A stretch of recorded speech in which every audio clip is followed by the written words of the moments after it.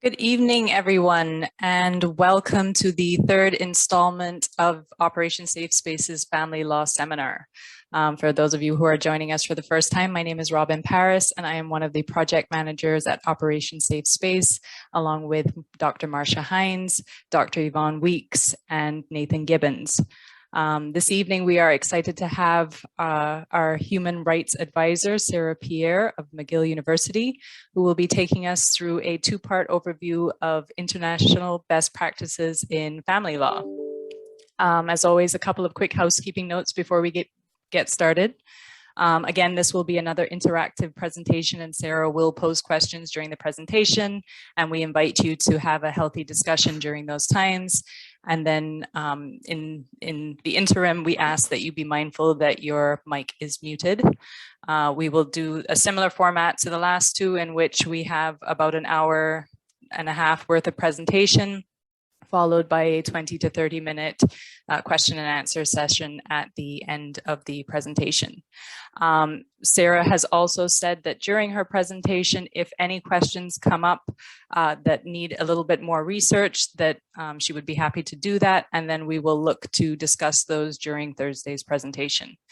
All of these sessions are being recorded, hopefully for future use. So if you haven't done so already, please go ahead and complete the consent form and return it.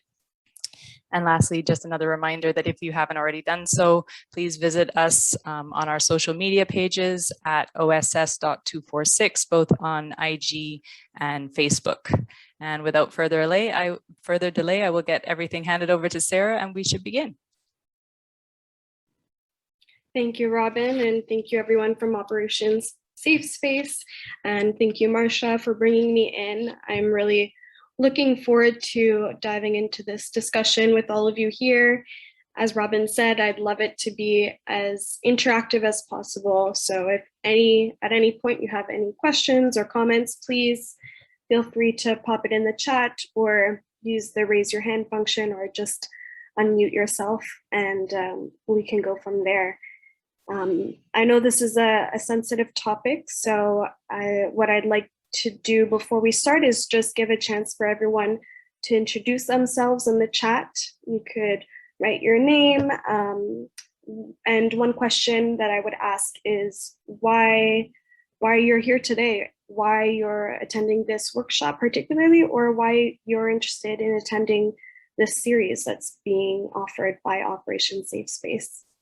So I'll give a couple minutes for everyone to just pop that into the chat, and I will get my PowerPoint started.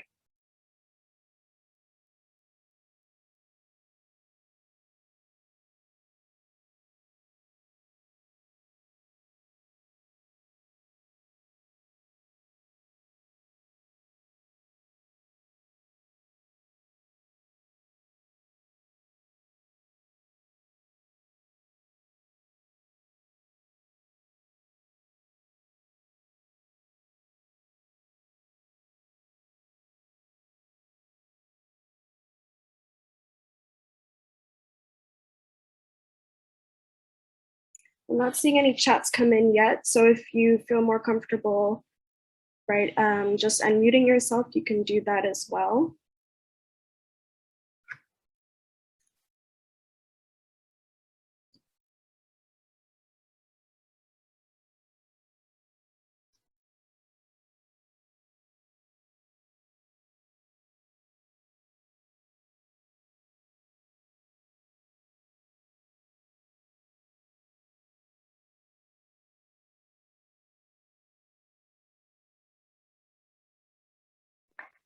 Hi, Sara. I'm sorry, I don't yet have on my group face. Good afternoon, everybody. But I'm gonna get okay, I see some coming in now. But the reason why I'm here is because I know that Barbados is signatory to several international conventions that give us obligations in the area that you are about to talk to us on. And I really would like to see us be in a better, stronger position to pay truth to our obligations. So that's why I'm here. Thank you, Marcia. And thank you, I'm seeing the chats coming in. It's great to meet everyone.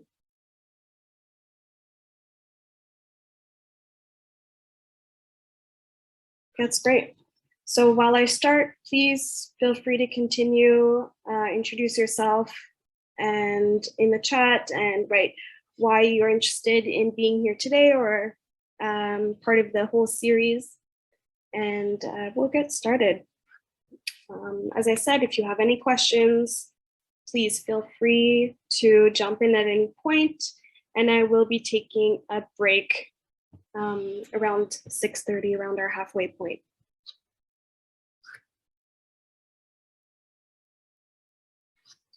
So I'll just go over our agenda for today. As you know, this workshop is going to be split into two. The first half is going to be happening today, and then the second half on Thursday. So actually, before I say the agenda, I'll just introduce myself a little bit more. I asked you all to introduce yourselves, but I didn't really properly introduce myself. So my name is Sara Pierre, and I am currently the Employment Equity Advisor at McGill University in Montreal in Canada. So this is one of the great things about remote work, and I'm really glad that I can join you all. I've never been to Barbados. I really hope to be able to do so soon. But my dad is from Haiti, so I have that Caribbean side in me. And then my mom is Canadian, and her family is from England and Ireland. And so in terms of my academic background, I did all my studies at McGill. I did my undergrad in world religions. And then I completed my studies at the law faculty at McGill as well. So in Canada, and in Quebec, where I am, we a lot of the time will learn two different legal traditions. Quebec likes to do things differently and has a different history than the rest of Canada a lot of the time. So we learn civil law, and we also learn common law. So I have the background in the two there. And yeah, I've been really interested in the topic of family law and domestic violence. I've mainly had experience with legal internships that I did during my studies. So for example, working at an NGO, which was a Pan-African human rights, international human rights NGO called the Institute for it's IHRDA. So the Institute, and then also some work in my own hometown in Montreal, working mainly on equality laws and civil liberties. So I've been learning a lot recently, and I've been researching a lot. So, and I know we have a lot of experts around this Zoom room. So if you know something that I don't, please also feel free to pipe up. And that's great. I see we still have people introducing themselves in the chat. Thank you so much. So moving on to the agenda for today, I'll start with giving just a little overview of the context of what we're talking about, international human rights law, and how domestic violence, or more broadly, violence against women, is contextualized in the international legal space. Next, I'll be talking about institutional best practices for domestic violence and how to deal with it from a more institutional level. We'll be looking at the more individual level. So if you are a lawyer and you have a client, that'll be more Thursday, but today we'll be focusing more on the institution. So I'm going to be going over different models of courts and units that specialize in domestic violence from around the world. And apologies in advance, I live right beside a busy street, so there might be some noise throughout.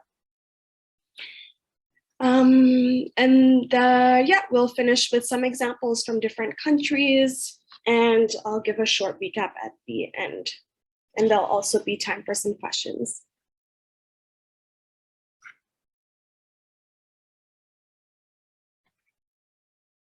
So starting with the context of international human rights law. So we see an evolving framework, as a lot of you know from if you were at the 2 previous workshops on gender-based violence that Rashad Brathwaite and Leah Thompson gave. We're talking about domestic violence in the context of a human rights abuse, but also a major public health issue and economic and sustainable development issue. So I'm going to ask the question, why would domestic violence be a major public health issue, or why would it impact the economy of different countries? So I'm going to leave that up to, I'll ask one person to answer, 1 or 2. You can pop that in the chat or just unmute yourself. And just a guess.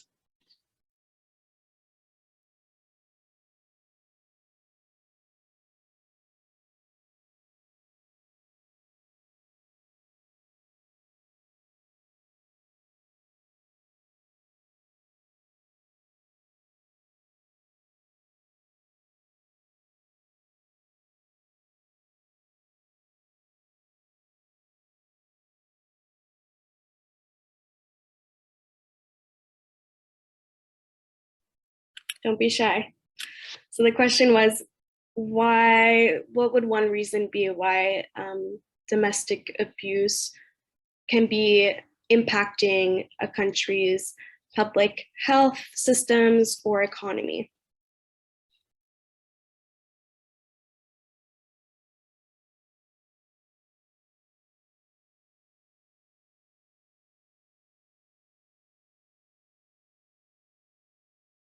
Thank you. So we got a comment saying that it's a public health issue in the sense that it's partly driven by systemic and not individual factors. It draws on our public health resources, doctors, dentists, and other resources. Thank you so much, Nyla, for that comment. That's exactly right. So we're used to talking about domestic violence, as we should, as an issue that affects so many people directly and indirectly. And I imagine that's why all of you are here. But it's also interesting to think of the fact that countries have their own, could have their own selfish reasons for wanting to prevent and eliminate domestic abuse, which is that it is a strain on a country's resources.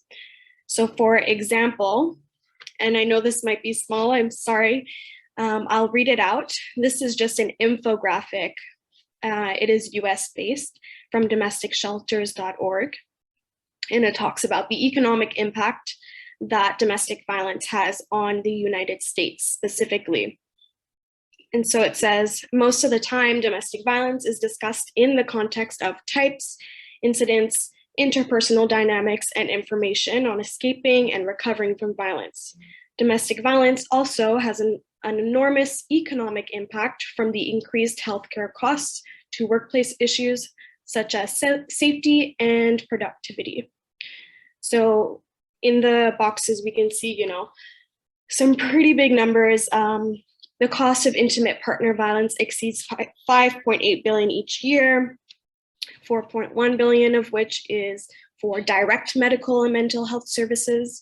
So it's also interesting that they say direct here. So this is just talking about, for example, if someone is the victim of domestic abuse and they are the victim of a physical attack, for example, and then getting their body to recover from that, that would be direct, or getting, their mind at a place where they can feel healthy again for mental health. And then there's also indirect, as we'll see shortly. So we can see all the lists of visits that it might require someone, it's not just going to the doctor, but dental visits, nights in the hospital, physical therapy, outpatient emergency room visits, paramedics. So it gets really, really expensive. As we also see, I see in the chat, economic impacts are vast and diverse, from missed days and productivity effects, opportunity costs of dreaming, and ability of persons affected by domestic violence to engage in entrepreneurship and work, etc. Yeah, so that's an excellent point. We see here in the box in orange, 8 million days of paid work are lost due to intimate partner violence in the US. So, you know, it does affect productivity and work inside the home and outside the home. And another comment, I see the cost of psychiatric care increases. That's definitely true. Here also we see what it's like for sometimes women who are usually the victims of intimate partner violence, who sometimes they might have a job, but they can't complete their job because they are actually being harassed and are still experiencing domestic violence even while they're at work. And I think this is true, especially today. You know, we think about our technological advances and how far we've come, but you know, these tools can be used for nefarious purposes as well. You know, we can get someone harassing their intimate partner at work. They have access to them all the time with their phones and working on their laptops or computers. And then in this bottom corner box, we see that there are a lot of reasons why a domestic abuse victim or survivor would see a decline in their own productivity. And so at the top, we see distraction, but there's also fear of discovery. So just imagining, you know, every day going to work and being afraid, you know, not only for yourself, your life, your well-being, but you don't want to, you know, there's a stigma attached to being the victim or survivor of domestic abuse. Harassment by intimate partner at work, either by phone or in person. So that's what we were just talking about. Fear of intimate partners' unexpected visits. This one's really interesting. So not only the fact that the perpetrator can come to the victim's workplace, but just the idea and thinking about, will he come today? Will they come tomorrow? Will they be coming while I have an important meeting, while I have to do this task? It gets to be draining. Inability to complete assignments on time and job loss. So this is just one example from one country, but it's really interesting that, you know, we have this data for some countries, and you know, this is a really good point to say that once you have the data, it's a lot easier for people to understand what a big impact this issue has.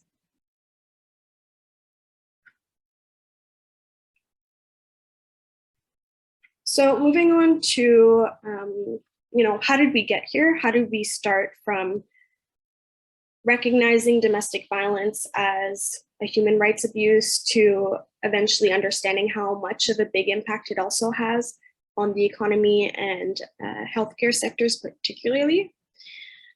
So this research was based on Marla Hatun and Francesca Jensenius.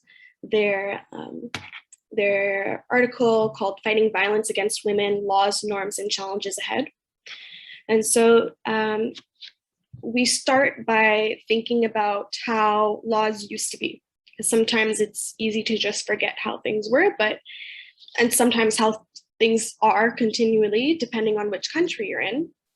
How some laws used to, and some still do, endorse many types of violence against women. So again, I'm going to shoot out a question at everyone.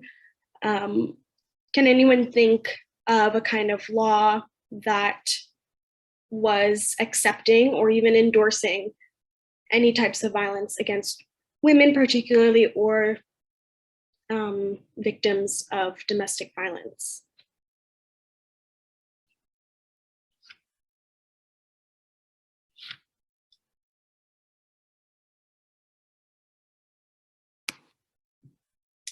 Yeah, marital rape, so I see that in the comments.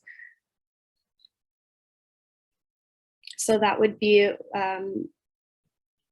having a rape, sexual assault happen even though you're married. So in some countries, and it used to be very prevalent and widespread beforehand, especially, sex was seen as an obligation between a couple, a married couple, and there was no such thing as, let's say, a wife having agency or being able to consent or not in a marriage. That's a great example. Thank you. Does anything else come to mind?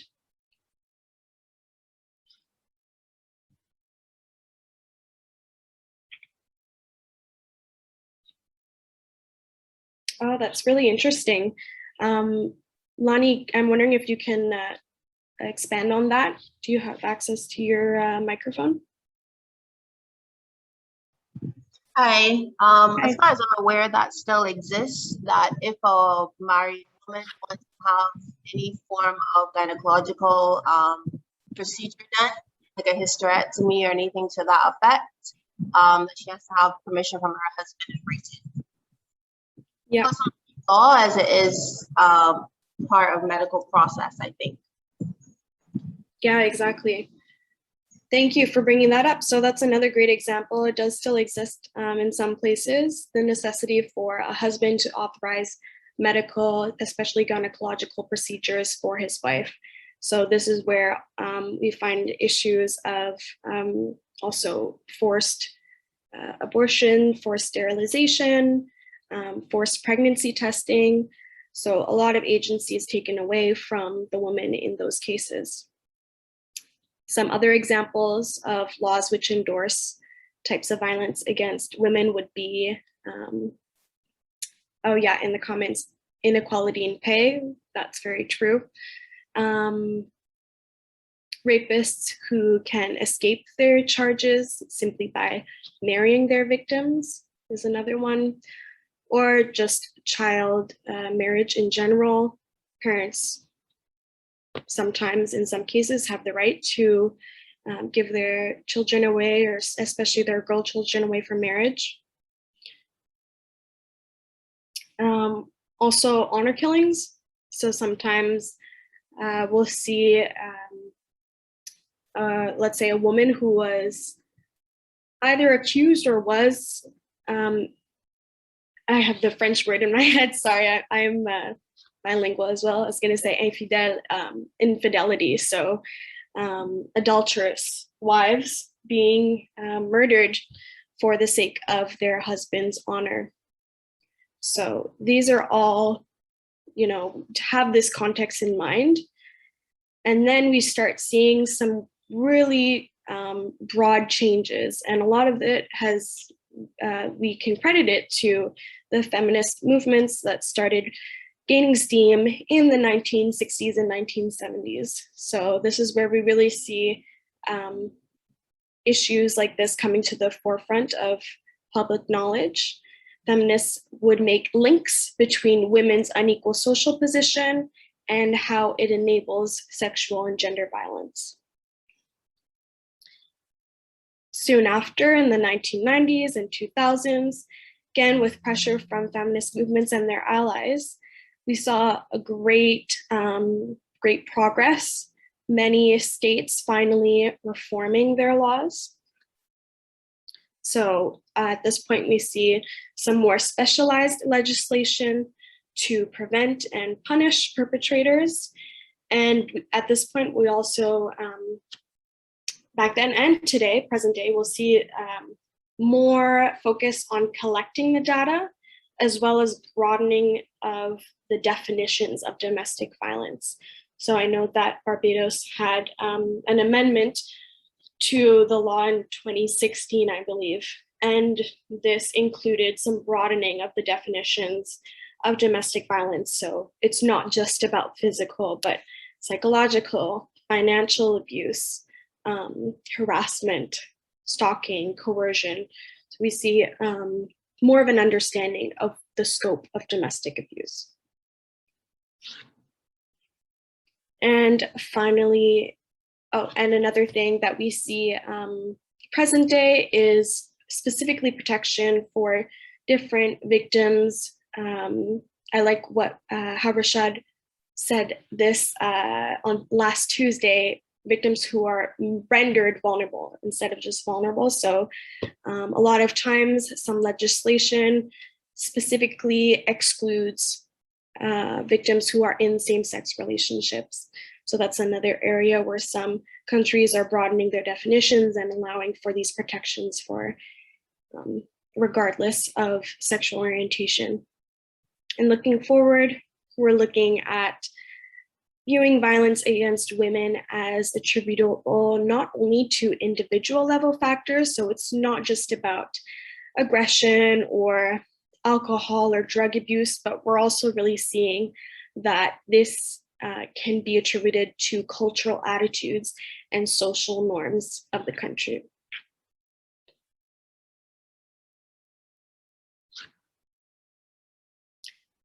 So what does this look like in terms of international treaties, resolutions, and agreements? Well, for United Nations treaties on domestic violence, we don't actually see specificity when it comes to the term domestic violence. This is really more of a modern concept. Of course, it's been around forever, but it's only coming to light in recent years because of all the complexities that we know about how hard it is to disclose being a domestic violence survivor. And so what we see more of in the UN treaties are mentions of the right to life, the right to not be tortured and things like that. So that would include, for example, the Universal Declaration of Human Rights, the International Covenant on Civil and Political Rights, the Convention on the Elimination of All Forms of Discrimination Against Women, the Convention Against Torture. So these are some of the examples. When we're looking at UN resolutions on domestic violence, the General Assembly and the United Nations Human Rights Council have adopted a lot of resolutions that do address violence against women. They're not legally binding, but they do have a place, and I think they're still important because they set the international norms, they set the best practices. So it's still relevant for those purposes. And we will talk about ways that states do have a duty in a moment. But examples of UN resolutions that talk about violence against women or domestic violence include the Declaration on the Elimination of Violence Against Women. There's the Resolution 1847, which I'll be referring to again in future slides. And a lot more resolutions. We've seen a real growth of this in the past few decades. As for UN conference documents, we know that the international community has come together to discuss this and really set it as a priority for how to prevent it. And so some of examples of conferences that have happened worldwide are the World Conference on Women in Nairobi. There was a conference in Copenhagen and Beijing conferences. So these are also not binding, but they come with a lot of research and resources that can be used by countries and people like you, like us, who are interested in helping end domestic violence. And then finally, we have the domestic violence special rapporteur. So this person has a specific role to visit different countries, and they're really key in gathering information, kind of getting the lay of the land of the different countries, and then reporting back to the UN Human Rights Council. And they also make recommendations to the countries' governments that they visit. And so I will be showing some examples from the Special Rapporteur on different reports that they've done, different countries recently.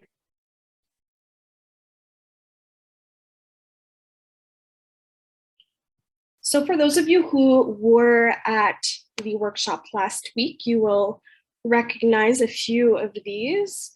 These are some of the international treaties and resolutions that address violence against women and domestic violence. I'll make a couple comments on the ones in bold. So for the convention, so for the convention on the elimination of all forms of discrimination against women, this was really the document that created the structure for women's rights and offered a foundation for the development of women's rights in the law. So it's really one of the key treaties that we have. The Vienna Declaration incorporated the human rights of women. So we start seeing the language of human rights abuses, how women's rights are international and human rights as well. And during this time, we see a lot of focus on the violence of FGM, so female genital mutilation, also as an international human rights violation.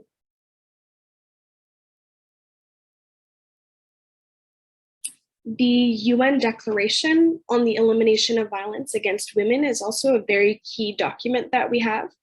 And it's key because it actually defines what violence is against women. So I'll read out the definition.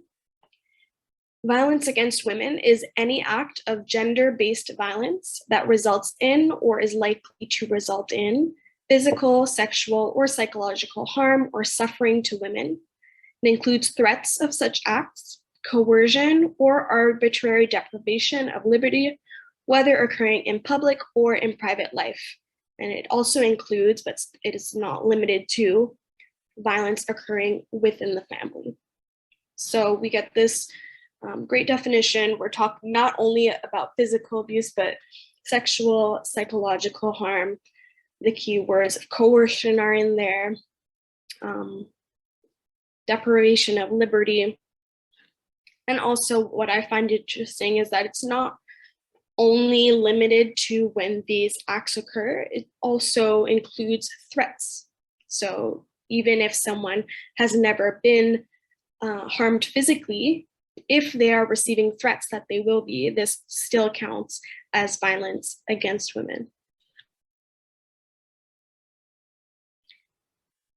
This declaration also recognized the role of domestic abuse in perpetuating the unequal power relations between men and women. So we see that again as we're kind of moving forward and seeing this as not just some individual, something that happens on the individual level, but we're really seeing the root causes of domestic violence and how it is directly related to how a country sees and places value on men and women.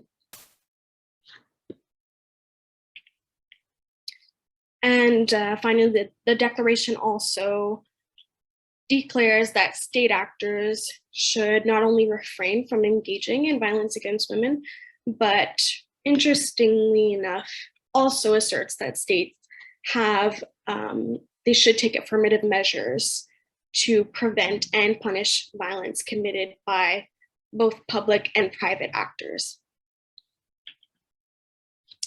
And then the last thing I'll say on this slide is about the resolution 18147 in 2004, so fairly recent. This resolution really talks about how domestic violence is one of the most common but least visible forms of violence, how it can take many forms. We see the inclusion of economic deprivation and isolation, so economic abuse or financial abuse. And we see a list of specific actions that states should take on to eliminate domestic violence. We'll see a list of those in a future slide, but just to give you some examples. Some of the recommendations include improving police response, creating educational campaigns, strengthening legislation, and providing training to public officers.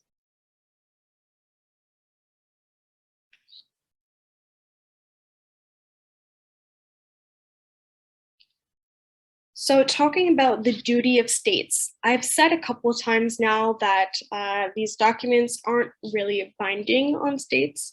So it leaves us with the question, why should countries be concerned, besides the fact that we know of the great impact that it has on a country's economy? I'm going to read out this quote that I got from this really amazing website that has a host of resources. The website is called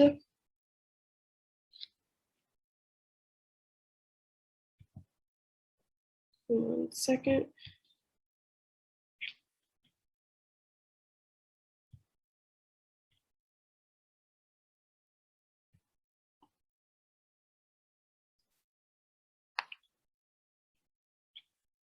International Domestic Violence Law. And so this is the quote: while traditionally international law was seen as inapplicable to domestic violence because it is performed by individuals rather than governments of nations, in the past few decades, the development of the due diligence standard has changed perspectives on the applicability of international law to the private sphere. And so I know for those of you, again, who were there for the workshops last week, Rashada and Leah talked about the due diligence standard a little bit. And does anyone remember, actually, I will ask first, does anyone remember what it means? What is the due diligence standard? What does it mean? What are the implications for states?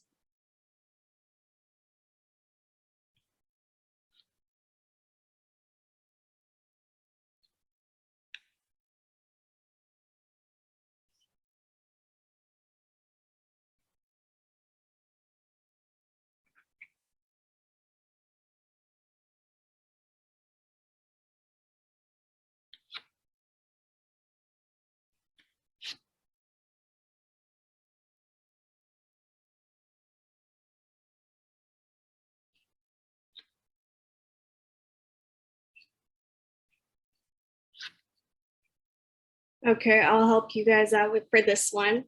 So the due diligence standard is a tool from using the terms that were used from last week, a tool for rights holders to hold states accountable on individual and systemic levels. So there is a way for states to be held accountable. And we see that in various documents, and it's also supported by the case law. So for example, you will recognize the Velasquez Rodriguez case. This was also mentioned in the last workshop. So when the International Covenant on Civil and Political Rights was initially drafted, it was first contemplated by governments whether they had a duty to protect individuals from violations by private citizens. And the Human Rights Committee of the United Nations agreed with this. And so shortly after, we have this Rodriguez case in 1988 at the Inter-American Court of Human Rights. And the court held that Honduras as a country was required to take reasonable steps to prevent human rights violations and to use the means at its disposal to carry out a serious investigation of violations committed within its jurisdiction, to identify those responsible, to impose the appropriate punishment, and to ensure the victim adequate compensation. So here we have, the first time in a case where we really see, okay, this is a duty that states actually do have positive duty to not only prevent but also punish.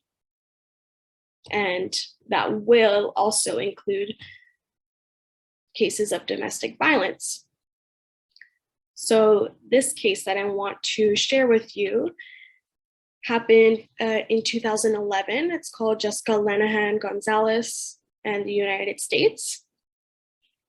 And what happened, I'll tell you the story of what actually happened, the tragic story. So Jessica Lenahan Gonzalez, who is Native American and Latin American, living in the United States. She filed for divorce from her husband after being abused by her husband after several incidents, including herself and her 3 daughters. And as she was filing for abuse, she also obtained a restraining order, and she also was granted sole temporary custody of her 3 daughters. And now, so she had custody, but the husband also, he still had access rights to the daughters on specific occasions. So one day, Jessica's 3 daughters went missing, and she asked for the police to help her locate her children. The police were not very helpful at all. They did little to help. They assumed that the husband, since he was granted access, well, that meant that he could access them at any time, which was false. The police also advised Jessica to contact her husband, or not her ex-husband yet, I suppose, to contact him herself, which would have been very dangerous. And what ended up happening is that the husband did end up driving to the police station. There was an exchange of gunfire. He fired at the officers, and in the end, they found the 3 daughters deceased in the car. And so this case went through the American courts, and the courts found that the police did not have to enforce the restraining order that Jessica had originally filed. They said that it was not mandatory for the police to enforce that. So this case went to the Inter-American Court, and they found that the US had breached several articles of the American Declaration of Rights and Duties of Man for failing to protect Jessica Lenahan and her children from domestic violence.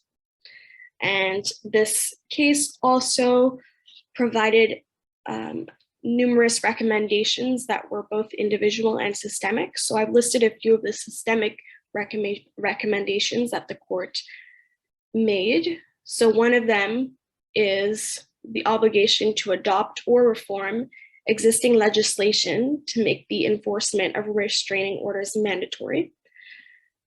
The second one was to provide measures for children in domestic violence contexts.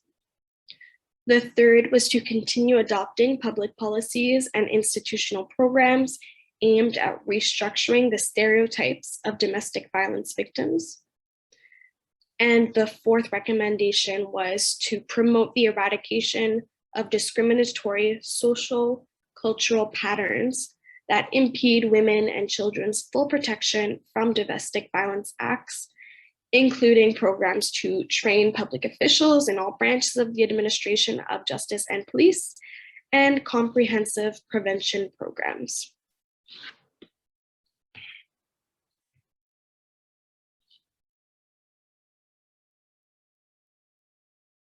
So as I mentioned before, there is also, you can find this duty of due diligence in various documents from the UN. This one goes back to 2003, and the resolution 58-147 lists, I think it's about 20, between maybe 15 to 20 different calls to action for states. And so I just listed 3 here that particularly caught my eye. The letter F would be calling for states to provide or facilitate the provision of adequate training, inter alia gender awareness training, to all professionals who deal with domestic violence, in particular with victims of domestic violence, police officers, judicial and legal personnel, health personnel, educators, youth workers, and social workers. So here we really see how it needs to be, there's that focus again on training, and we'll keep coming back to this throughout both workshops, the idea of training, its strengths, its weaknesses, and how, you know, it really has to be not only specific people, but it really has to be a training that that is given to all of these different actors. Letter G calls upon states to provide or facilitate the provision of assistance to victims of domestic violence in lodging police reports and receiving treatment and support, which may include the setting up of one-stop centers, as well as the establishment of safe shelters and centers for victims of domestic violence. So here we really see a deep knowledge of how hard it is to navigate the legal system and the police, and it's really going to the heart of the matter, saying, you know, domestic violence victims should not have to think, you know, they're already dealing with so much. They shouldn't have to also be swayed to not disclose anything or not hold their perpetrators accountable because of the difficulty it is of lodging a police report, for example. So here it's really saying, you know, we need people who are able to advocate for survivors, and these advocates are instrumental. They're key. We need specific resources for these survivors. So ideally a center which would cater to all of the needs of domestic abuse survivors. So not only legal, but all the other basic needs that comes with someone who has been affected by domestic violence, someone who has been abused psychologically, financially, physically, mentally. So I'm curious, does anyone know of any of this kind of safe shelter or a center specifically for domestic violence survivors in Barbados? Sorry, can you repeat that question? Yeah, sure. So I was wondering if anybody knows of specific centers or shelters in Barbados which specifically cater to domestic abuse survivors. Talal Nome here. I do believe that Marcia Hines would be best to elaborate on that. Personally, I do not know. I just she's my go-to when it comes to these kind of situations. Thanks, Talal. Okay, I think I'm in a position now where I can do this. Okay, so good afternoon. We have one shelter run by a non-governmental organization in Barbados. However, what is not very established within that shelter is a set of is a measurement for the experience that women who use the services of the shelter can use. And so over the years, there have been very mixed reviews. I think one of the major issues is that this non-governmental organization would have founded this shelter back in the 90s when our pandemic in Barbados was much more simple. There were not as many issues that were arising with any one particular case of intimate partner violence. And so the shelter it is, like I said, the best intention of a non-governmental organization, but resources is an issue. we do not have a government-run shelter, a state-run shelter. And one of the things that I would say is that one of the projects that Operation Safe Space is looking to take on soon would be a whole reimaging of that shelter concept for Barbados. Because we are so small, it is difficult to have a shelter that is undisclosed. And so that comes with a security risk. So what we're looking at is a model where we get low interest funding. And because the census shows us that there are many land-owning women in Barbados, we want to encourage women to think about adding on an additional 2-bedroom or 1-bedroom unit to their houses. And then we put a pool of housing together. And the way that we're going to keep that pool secret is that you might have a victim of intimate partner violence renting your house this year, and next year you might be renting it to another family, one affected by generational poverty or something. So that pool of resource just keeps turning over. So in that way, we can have victims staying in St. Lucie, in St. Philip, in St. Thomas, wherever, and we don't have to worry about the center, the shelters, the location being disclosed. That model is one that we're exploring for Barbados because of its size. Thank you. That sounds like a really great idea. I've never heard of something like this, but it certainly makes sense within the context of a more smaller country where the idea of anonymity and confidentiality are a risk. That's really interesting. So thank you for sharing that with all of us.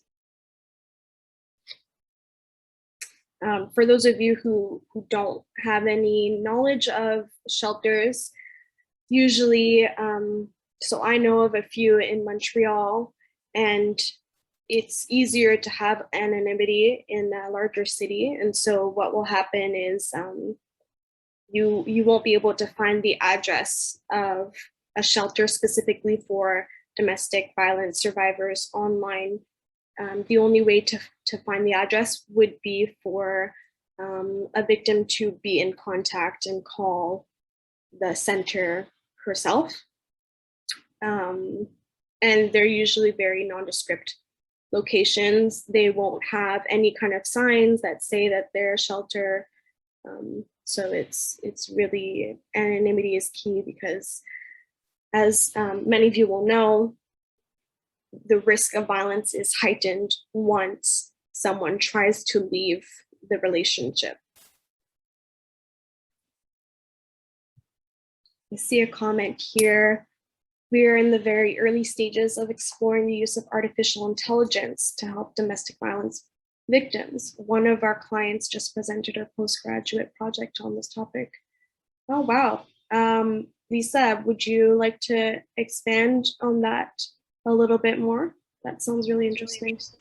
Yeah, so it is really interesting. We had this, like, I have a couple of businesses. One is completely unrelated to domestic violence. It has to do with fashion. And through artificial intelligence, someone who was buying an article of fashion connected with me and then had a domestic violence incident in her own life. And I'm a state certified domestic violence advocate in the state of Connecticut. And so I actually called her and talked to her for quite a while. And in the process of the conversation, she's talked about how she's doing postgraduate work at UC Berkeley. And she was trying to come up with an idea of how artificial intelligence can help the world or to change something. So when she heard about our thing, which has been there, got out, she was like, I'm going to start exploring how apps might be able to help, or artificial intelligence can be able to help domestic violence victims and start working on, maybe preventing some of the biases that are inherent in the system, just like a whole bunch of stuff. And right before this webinar, she sent me her final capstone project that has a bunch of slides that I just was looking through while listening to you. And I thought, oh my God, this is perfect. So that it wouldn't just be limited to, what centers are available in Barbados or other countries, but that there would be some kind of network that, where artificial intelligence could pick up search terms and just connect people to help and then take it from there, wherever they're located. Oh, wow. That's amazing. Thank you for sharing that with You're us. welcome. Wow. And Alani, thank you for sharing that comment, talking about how, yeah, anonymity isn't really a thing in Barbados. So yeah, that's definitely something that we want to think about when strategizing ways to help victims of domestic abuse. You know, how does that factor in the fact that everyone kind of knows everyone's business? We'll be talking a little bit more about that later on. And so just to finish up here, for the letter L, we have a call for states to encourage the efforts of the media to engage in awareness raising campaigns. I found that really interesting, and we'll be talking about how effective different campaigns can be, but it seems like using the media is one of the more cost-effective ways to run a campaign, an educational campaign, and it's in line with this idea that we really need to be looking at the root causes, the cultural norms of a specific society. So I have 3 more slides and then we'll take our break. So data from the World Bank's Women, Business, and the Law in 2018 shows that most countries now have taken some action on domestic violence, which is great. And they give 3 really important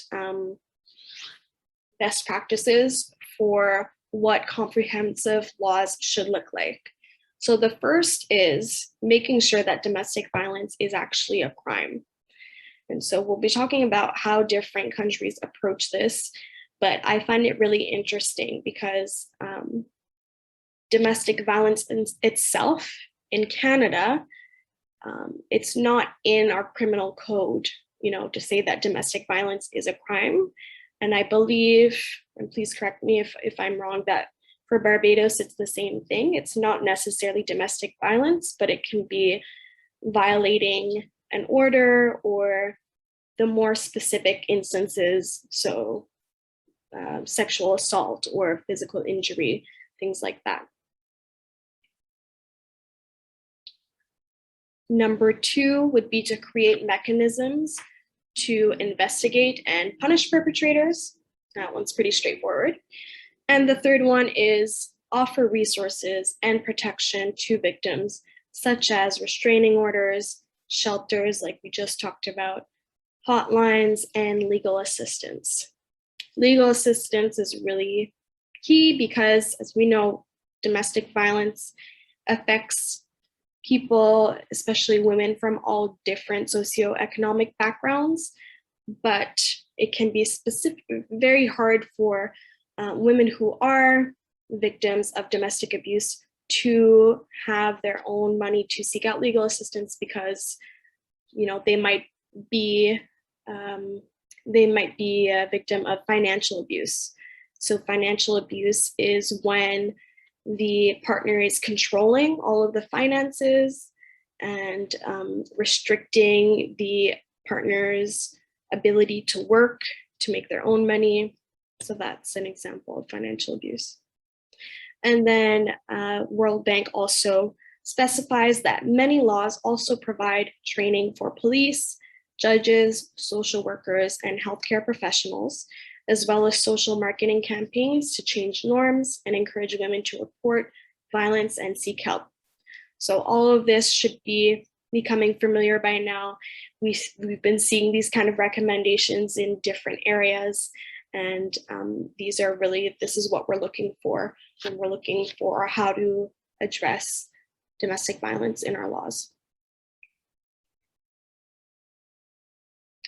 Now, this is a chart again from the World Bank, from their data. And we see percentage of national domestic violence laws recognizing different types of violence. And so at the top, we have physical, almost all of the laws cover that, psychological as well.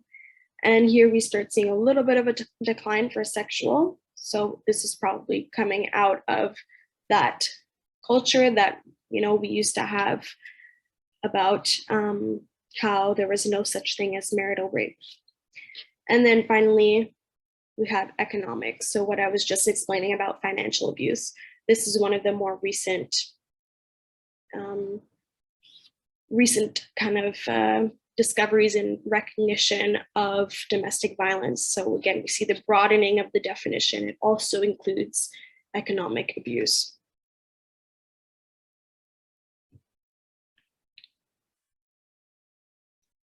And so finally, we see, I took a look at the UN Women's website, and they have they kind of keep track of different laws that will impact women, specifically violence against women in different countries.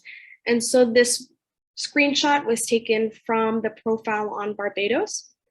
And so it says that it's an overview of the country's gender equality status.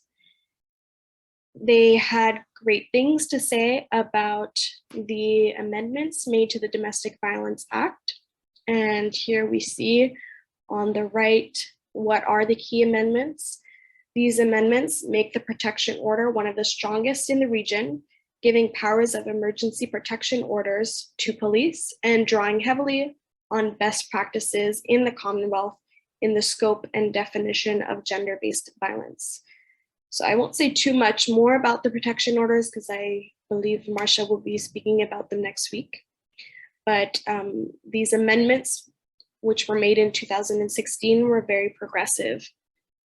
The other notes that we have from this profile, there was a note that a gender policy is in the process of being developed. I don't know if anyone knows about this. And that there is also no national strategic action plan on gender-based violence. So that would be a next step to take. Does anyone know about the gender policy that's in the process of being developed? That gender policy has been in the process of being developed since Adam was well a lad.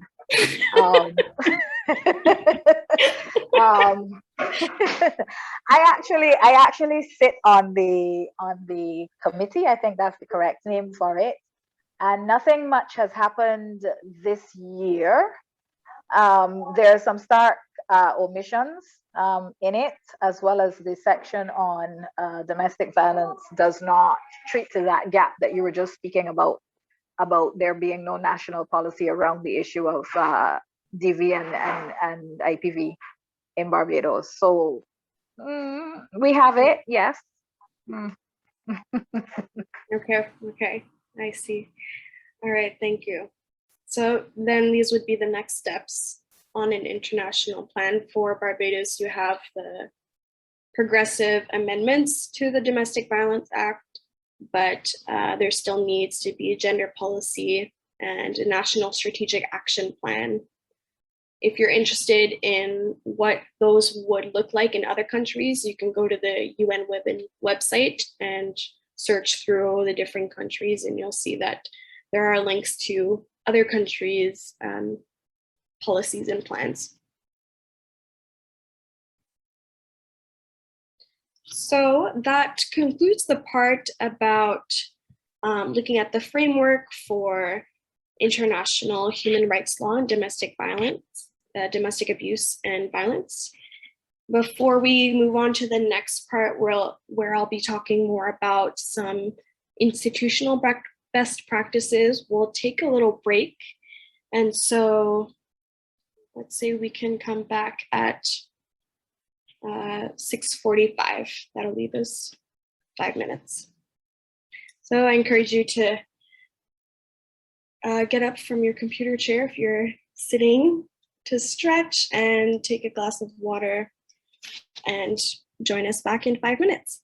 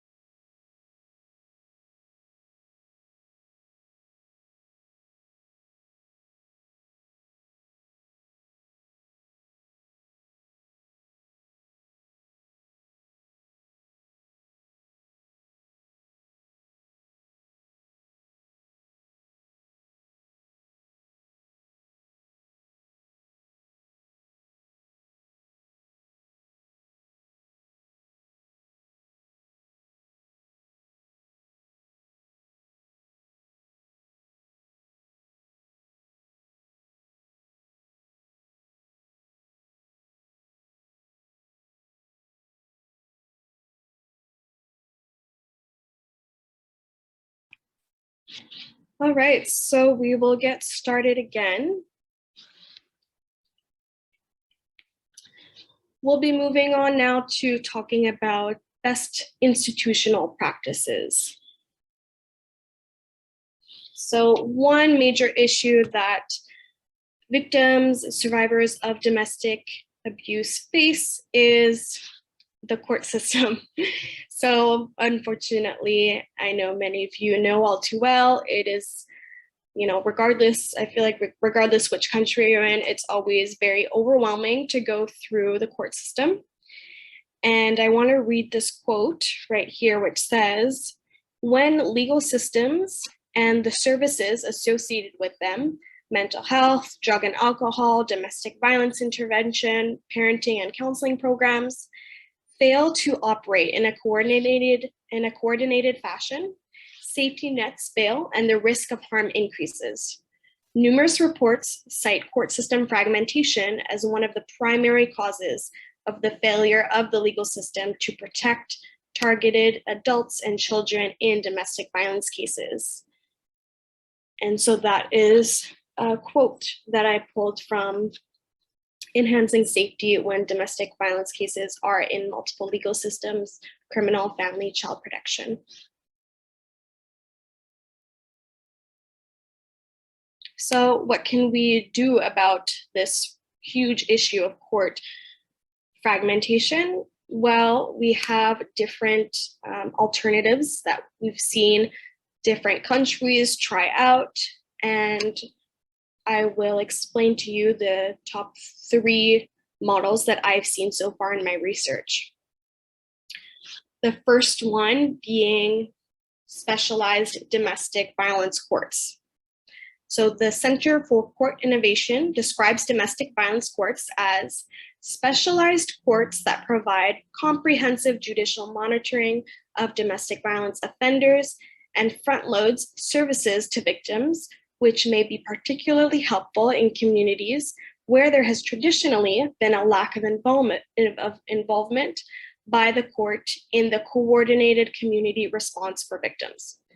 So I put in bold, coordinated community response for victims, because this is one keyword that we're going to be seeing over and over again: coordination. This is what we're really seeking for in the court systems. Since domestic violence touches so many different areas, it's not only about civil or protection orders. Sometimes it involves the criminal law. Sometimes it involves family law if there are children involved, or if divorce is being sought. So what's really behind the specialized domestic court model is coordination.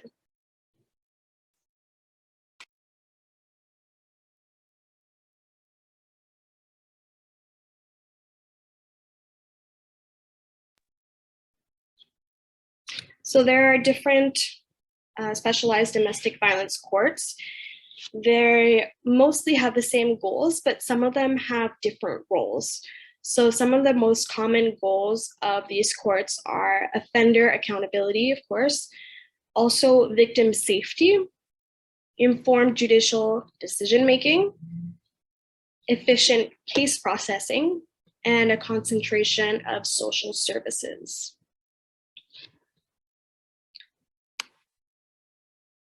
On the other hand, we know that some courts have different roles, different priorities. Some of the courts focus on the unique problems that are posed by domestic violence cases. Some of them, their role is really to enforce new domestic violence laws with a consistent approach. And some of them are really just about increasing efficiency. So if there's a large caseload in a specific country, then it's more efficient to be able to have all of these cases in a separate court.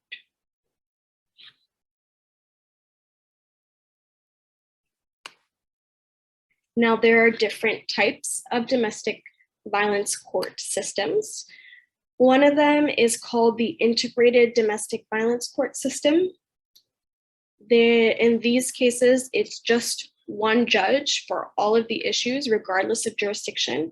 So like I was saying before, you'll have a judge who is in charge of one family, and they will be making the decisions regarding the criminal aspect, civil, family, and whatever else comes up. The risks with this type of domestic violence court system, the integrated type, is there are many. So one of them would be the risk of bargains. So we would see different kind of deals being made across the different jurisdictions, which can present a problem. For example, if a perpetrator is facing charges in the criminal aspect of things, one of the lawyers can make a deal saying, if you cooperate for this civil side, then we'll drop the charges. So that's one of the risks. Another risk would be the information that's being shared. So when you have different separated courts, then it's easier to have certain information be disclosed only for specific instances. Whereas if you're in this integrated domestic violence court system, the information is going to be shared with both parties regardless of jurisdiction. So this can be a drawback in certain cases where we're talking about sensitive medical information, for example, anything really. So that's another thing to look out for.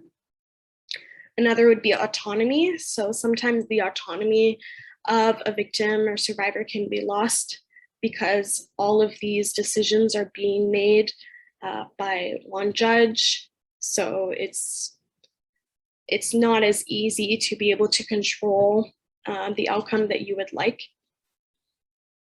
Another issue would be the specialization. So if you have one judge for all issues, one judge, you would hope, yes, they'll have training on domestic violence issues, but they're not going to be as specialized as a judge whose sole focus is criminal law, for example, or family law. And then a last risk with this system would be the checks and balances that other areas of the law will offer. So in certain cases, if you're dealing with family law, then you won't have certain issues come up that would come up in a criminal context, and you'll have less people working on the case, so that's always a risk. Another type of domestic violence court system would be a criminal domestic violence court system. So here it's really just dealing with the criminal side of things. There will be specialized trainings for prosecutors, defense attorneys, court personnel, and probation officers. And then the third type would be civil domestic violence court system. So this would include divorce, custody, and civil law protections. I'm going to be sharing a short video that is from a Canadian integrated domestic violence court system, this one is based in Ontario, Toronto, I believe. And you'll be hearing from the victim services. So that would be the first kind of checkpoint of this integrated domestic violence court system. It would be the first place that a survivor, a victim, would stop at within the court system.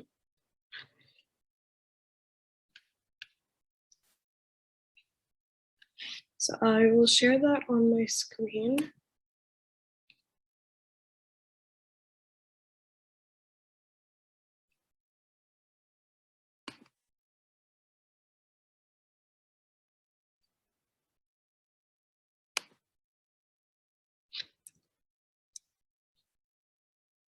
So predominantly, our cases are referred. Probably about 98% of our cases are referred directly by the officer in charge of the case, or it could even be the uniform officer, so the first responder. So our response at that point is very focused on the immediate needs for safety and practical matters. It's very, very much like triaging. It's not uncommon to refer to our program as the fourth emergency responders.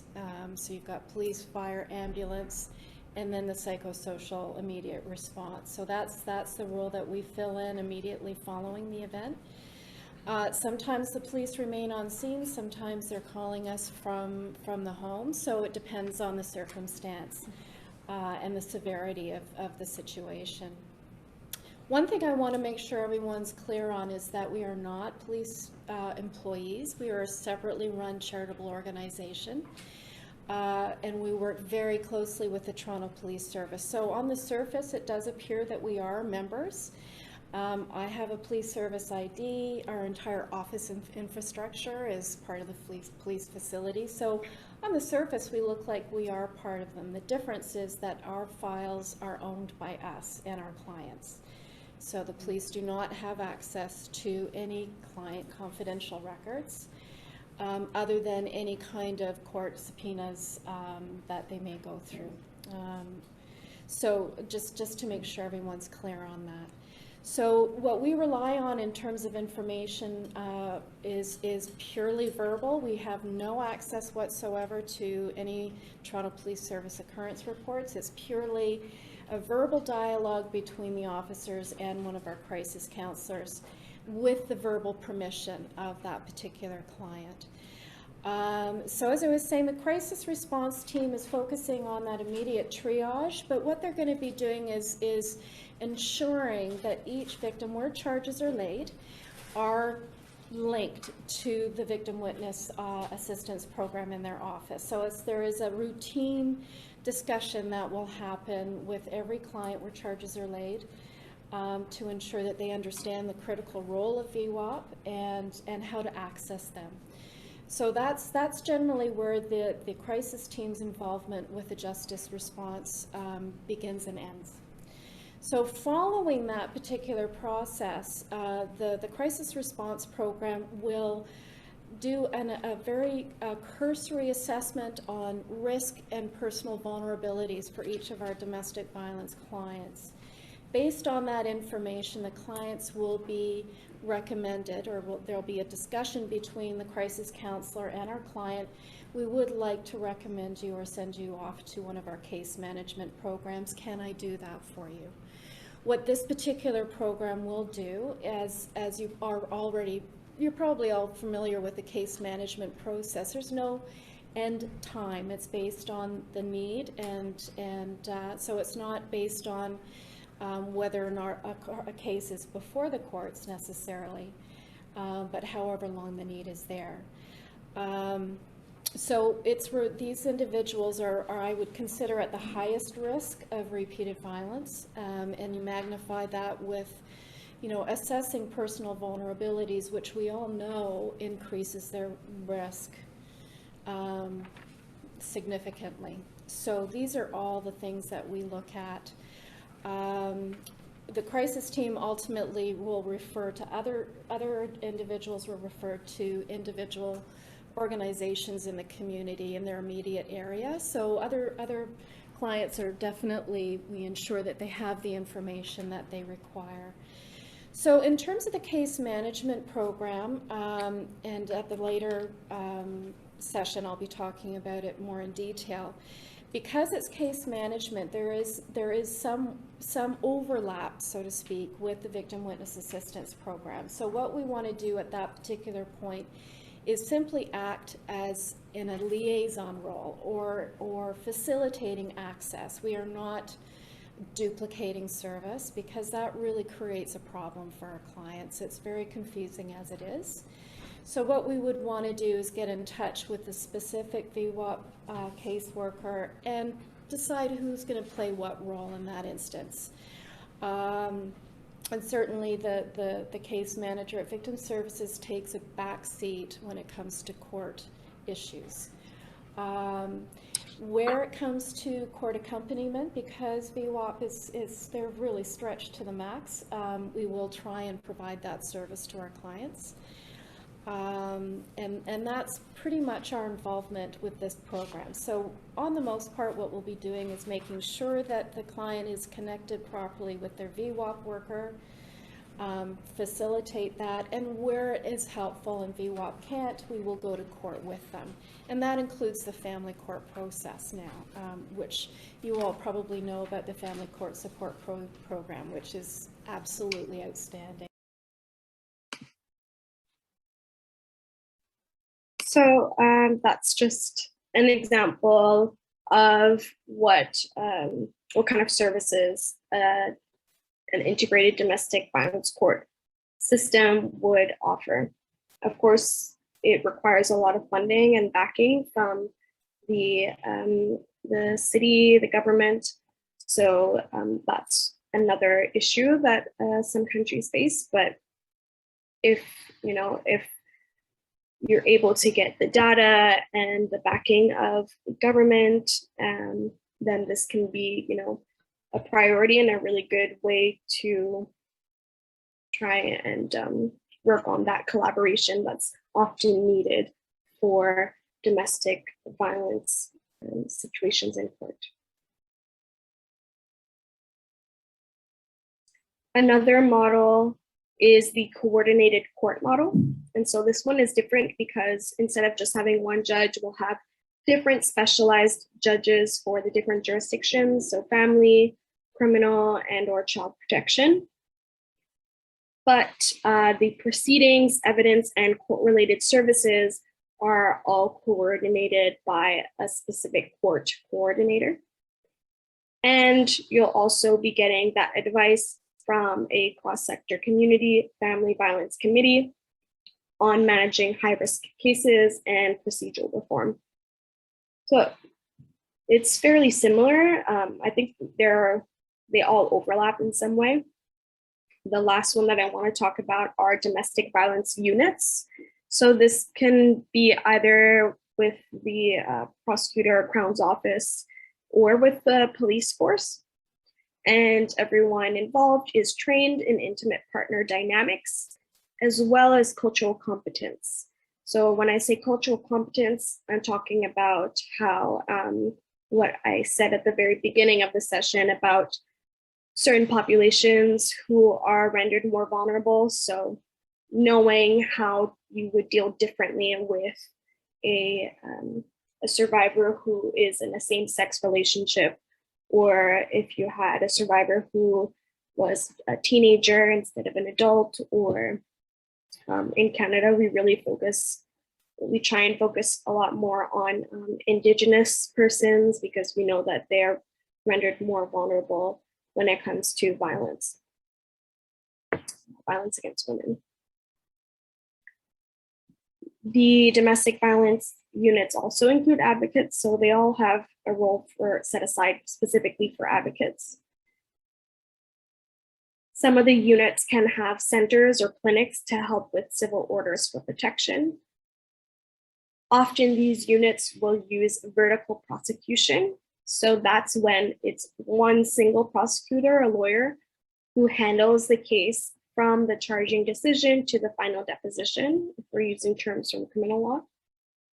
So this kind of vertical prosecution has a lot of benefits and is highly recommended as a best practice if it is feasible.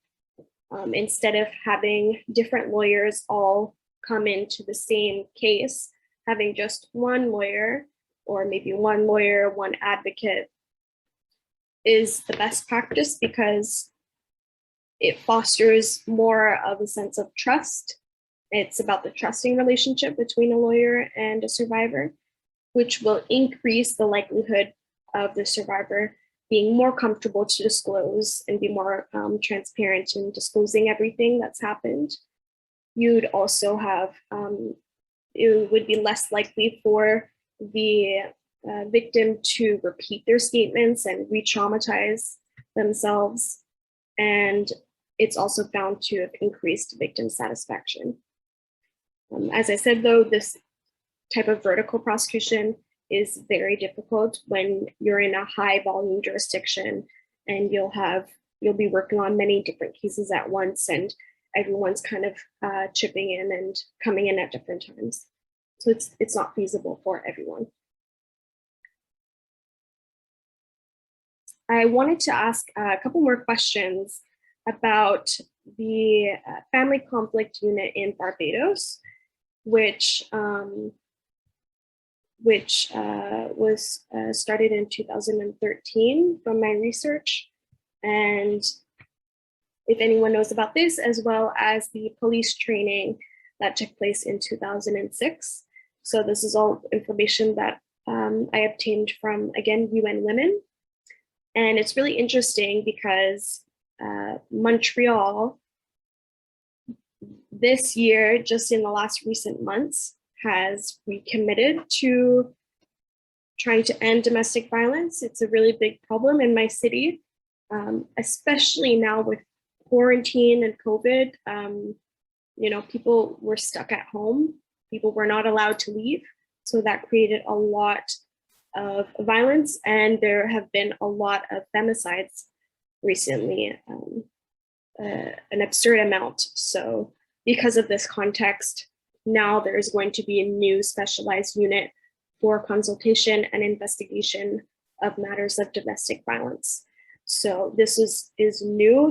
There was a kind of unit beforehand, but it wasn't really effective from what I've seen and what I've researched.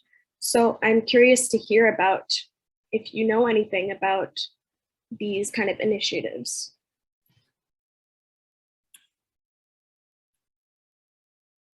Okay, so I'm seeing in the comments it's, yeah, really understaffed. Not enough training across the board for police officers with respect to sensitivity of people's rights. If I may comment, Talal Nome here. Yes.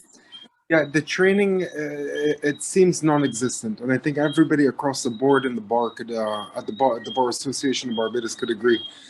But it doesn't only come with the training of the officers who have to deal with these ordeals. I call them ordeals or situations. At the end of the day, it is usually the magistracy that we as attorneys at law have to face and deal with. And it's almost as a case-by-case problem. And depending on the mood and depending on who you have to encounter, who's the adjudicator in your matter, and whether they like you as an attorney at law, sorry to say, I will say it, or whether they don't. I think training is something that needs to be implemented heavily, because without the training, they just lapse into the old ways and the same old, like, oh, you here last week, you was here 2 weeks, you was here 2 months ago, wanna back again. And that needs to go. So I think the training is something that Barbados needs to implement heavily, not only with the police, but also with the adjudicators. That's all I have to say.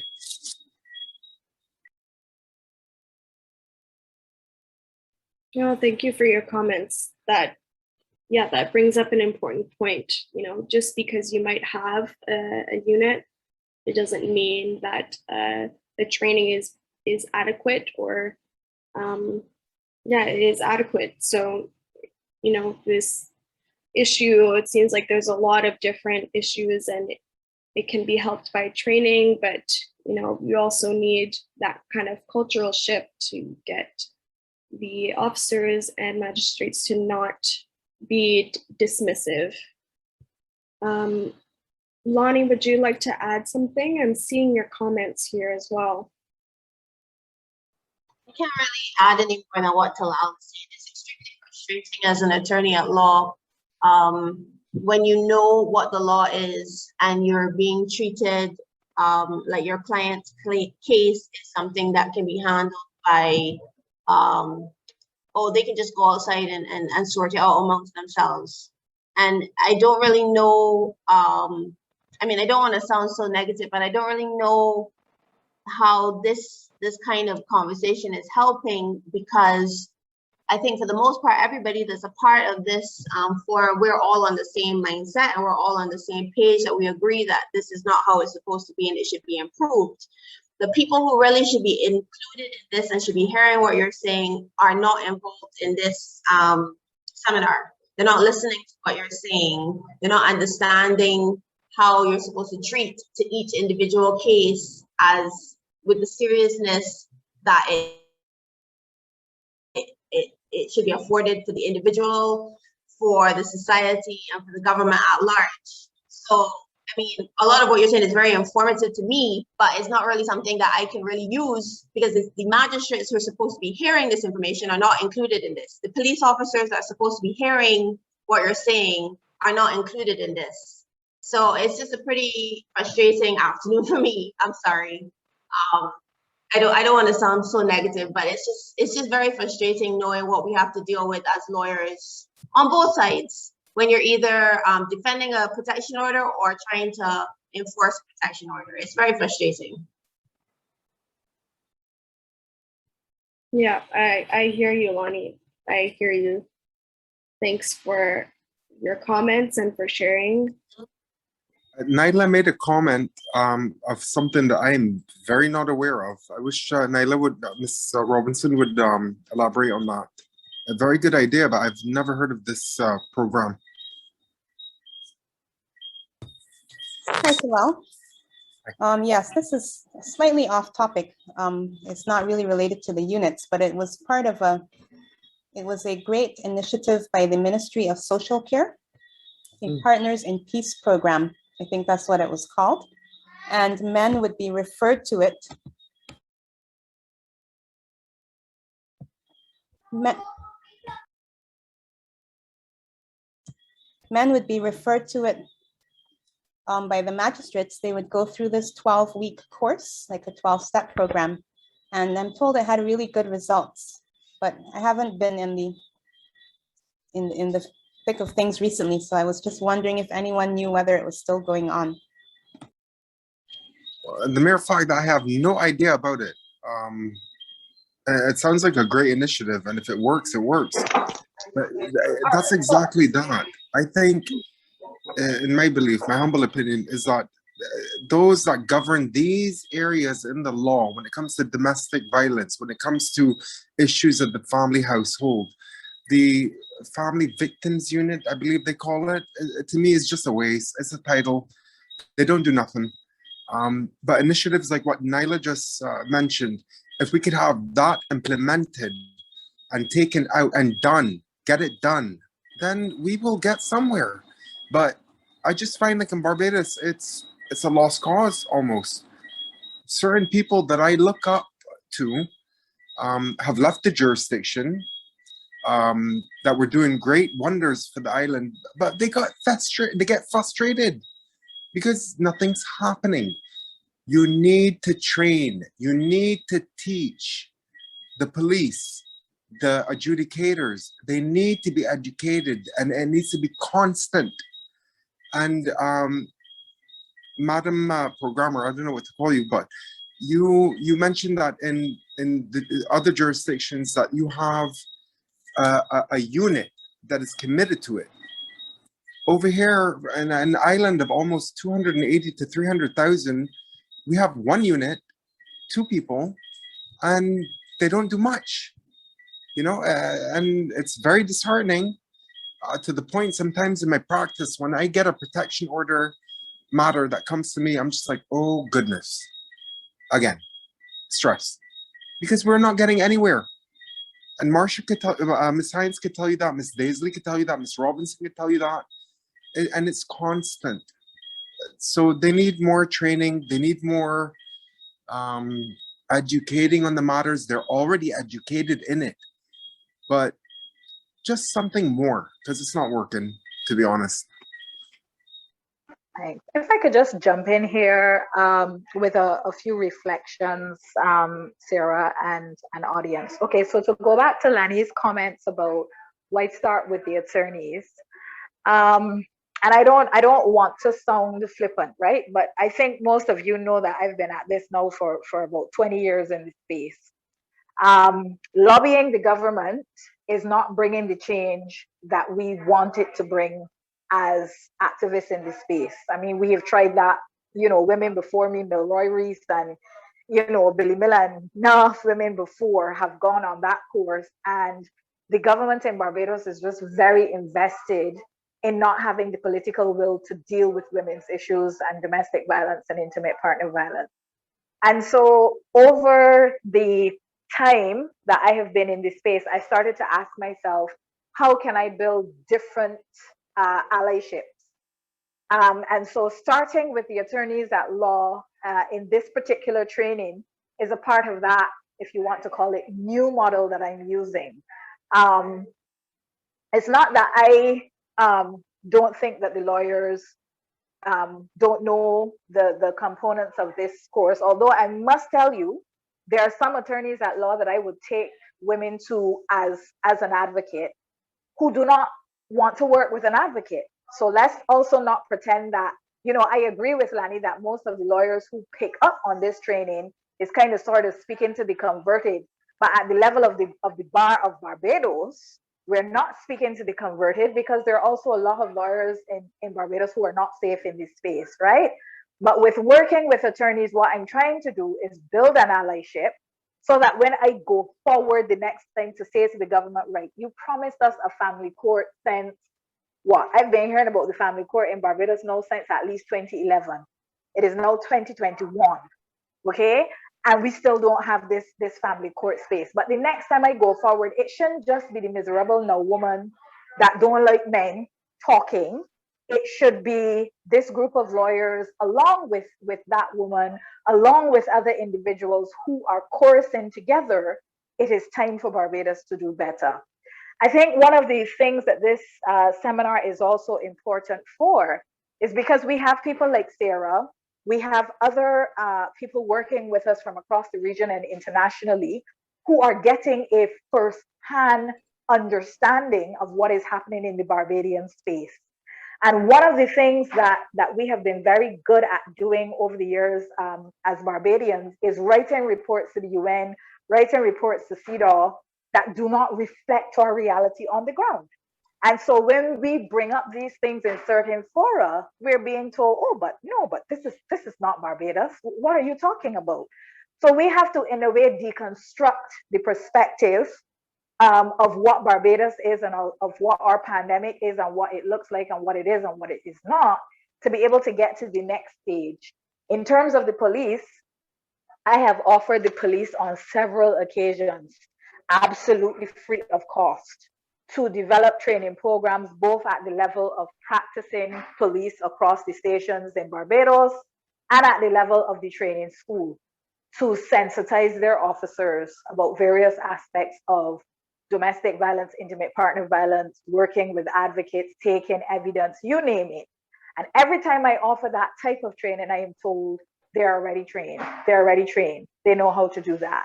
So it really is, not to, like I said, all of what you guys raised are important points, but we have to continue, and we have to continue finding entry points to be able to do the work. And we feel like if we can get the allyship of the bar going forward and of attorneys at law going forward, we stand in a much stronger position. You as attorneys at law have to speak up and say, we can't continue to work with a magistracy that will tell a woman, oh, well, all you have to do is cook your food a little earlier. Why one of women does don't, try to avoid noise. It can't only be me saying that those things are no longer acceptable. It has to be all of us. And the final point is on that program, the 12-step program, as somebody described it for men. That program was run with funding and support from UN Women. That program lasted, I think, about 2 years. It was run out of the welfare department. All of the programming that was done around that particular initiative, the family unit in the welfare department that was supposed to deal with things like maintenance and, trying to avoid some of those issues that clogged up the court. None of that infrastructure lasted past the funds that were given to do the projects. So a couple of years ago, when Barbados was changing the law, and when we were spending UN money around the change in 130A, that program was running, but that program has not run the way it's supposed to run since, as far as I know, about 2015, 16. But Marsha, I did a Google while you were talking. It seems to be that Chief Magistrate Ian Weeks had ordered someone to be assessed in respect to this in January of this year. So it might be something that's still going on. I honestly have never heard about it before, though. I don't know that it is still going on, but It's in the paper. It is that he agreed he would return to court on February 4th for an assessment for the UN Women Partnership for Peace program. And that initiative is more around the one that they just launched the other day with the workplace, making workplaces safer in terms of workplaces understanding their responsibilities and reporting domestic violence and assisting people in the workplace who are affected. There might be a component for men in it. So yeah, maybe I'll check it out. Thanks. This has been really a really interesting and important discussion, and I see lots of discussions continuing in the chat. If I could just make one comment, Yes. Anya Lord dropped 2 comments in the group chat, Ms. Lord, and she's absolutely right, because how can you take care of a disease if you don't get to the source of the issue? How do you eradicate a problem if you don't get to the root of it? And it all starts within our households. In the Caribbean, like I grew up as a Bajan, I'm a Bajan, I'm a Middle Eastern Bajan, whatever. But it all starts at home. And it all starts, and forget the home, start at school. You need to educate the people about what violence is against gender, what across the board. That's where it starts. We can take the police and educate them and teach them. We could take the magistracy or adjudicators, educate and teach them. But you're not going to get anywhere if you don't get to the root of the problem. And I think our education system needs to start with that. The Ministry of Education needs to come up with some kind of program or a module or something to educate the kids from young, and then take it up from there. And at the same time, train the adjudicators and train the policemen or police officers to do what you must do, what you have to do, not you want if you wish. So that's my contribution. Mm-hmm.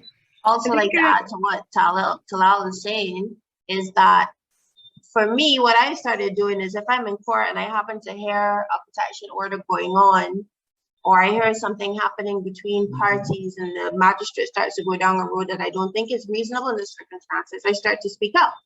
Because there was a situation where you have these non-apologies where a man has done something to a woman that can be constituted as violence. And the response is, well, if I have done something that has caused you whatever, I apologize for it. And he started to say that. And as soon as he started, I said, that is not an apology. And I stood up and I said to the magistrate, I said, sir, that is not an apology. And the magistrate said, no, you're quite right. And he went on to continue to say, at this point, you need to appreciate that what you've done is illegal. What you've done is against this woman is not right. And we are not supposed to stand for this as a society. So I think if more people start standing up, I understand what Marsha is trying to do. And I appreciate what she's trying to do. But as I said, for me, it just feels a bit frustrating hearing all of the things that I know already and understand already, and I understand the ethos of it, and not seeing the people who I know should be involved in these things in here. And that's all I'm saying. Mm-hmm. Yeah. That last point that Ms. Daisley made, the people that should be in here are not in here. Yeah. So yeah. I can really feel the frustration. I think you're all doing what needs to be done from your end. And I do believe in the power of workshops like this that OSS is creating a space for, because once these kind of events become more frequent, more popular, then that's how the momentum starts to build.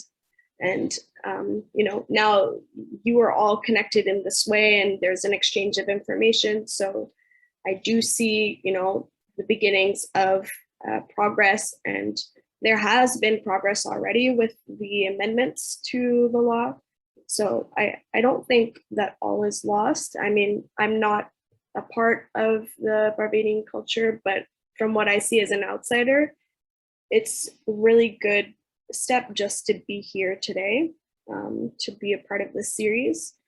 And I do encourage you all, since we're running out of time, to, if you have experienced if you have any strategies to share with each other, write them down, and we'll have a time on Thursday towards the end of the workshop to share these strategies and, be able to kind of workshop through how we can move the needle in this way, like what we've all been discussing, what kind of trainings would be necessary, how to shift a culture, what kind of campaigns, who are the key actors. For example, just off the top of my head, to answer Talal's point, I remember I was involved in an educational campaign as an undergrad. We had a club that was student-led, and we formed our own content on prevention of sexual assault, on gender identity, and we put that together and we facilitated workshops to elementary and high school students. So that's a relatively easy, cost-effective way to have trainings done for students. So that's just one idea, but it would be great if we can all think over the next day, what are some strategies and what are some concrete things that you can actually do to address these issues that are coming up. So we only have 3 minutes left. Next, on Thursday, we will be going over different examples from different countries of what the best practices are, what are some of the issues that different countries are facing. We'll also have the chance to hear from my sister, actually, Danielle, and her experience as a domestic abuse survivor. If you have any questions for her, you can also think of those for the next day and relay them to me or to Robin and Marsha. And I think, things like that happen. And I know that in this series as well, there are 2 other survivors who will be sharing their stories. I think storytelling is also very powerful, and it can be a way to contribute to the shifting of a culture.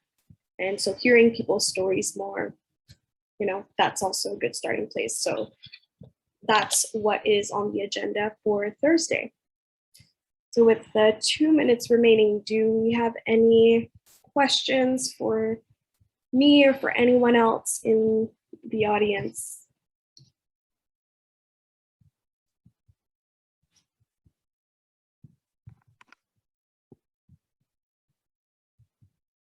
If you think of any, please do email Robin, and she can relay the questions back. If not, then I'll see you all on Thursday. Thank you so much, Sarah, and thank you everyone for attending. Obviously, we are all in the same boat in terms of the frustrations that we face in Barbados. I think, as Sarah mentioned, a conversation between all of us as the people who have bought into the fact that things do need to be different in this country, especially with how we approach violence and violence against women, is a start. The reason that we started specifically with lawyers is because historically, and from the information that we get from operating on the ground and with survivors, is that their first point of contact is often a lawyer before that they have ever approached the police, before they have ever really gone to any other system. And therefore, it is crucial that lawyers are sensitive not only to, you know, a little bit of the groundwork that we covered both last week and we'll be covering this week, but the information that is to follow. And, you know, it's surprising to note sometimes where lawyers don't have the available information. And I guess that is our goal with this seminar, to ensure that not only are you aware of the things that are readily available, but also to touch on those things that may be a little bit different, and to come up with a strategy. But certainly going forward, the goal of OSS is to target all of the various pieces in the puzzle, and to provide training for all. And again, as Sarah mentioned, if you have any questions or if you want any particular topics discussed during Thursday's call, please feel free to email them to me, and we will make sure that they get included. Thank you again so much for being here this evening, and we look forward to seeing you on Thursday. Have a good night. Thank you.